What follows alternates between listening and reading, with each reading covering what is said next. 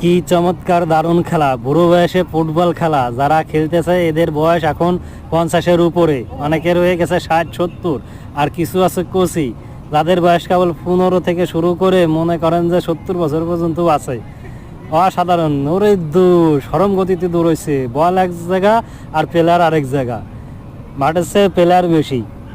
এরমের কত স্মৃতি যে সবার মনে পড়ে। ছোটোবেলায় অনেকেই খেলছেন, এখন কাদের সময়, অনেকেই ব্যস্ততার কারণে পারে না।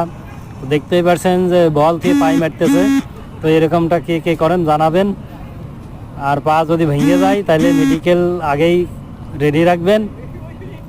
আপনারা দেখতেই পারতেছেন যে উড়া ধরা দূর, আম্পায়ার ছাড়া খেলা হচ্ছে, যে খেলার কোনো মতিগতি নাই।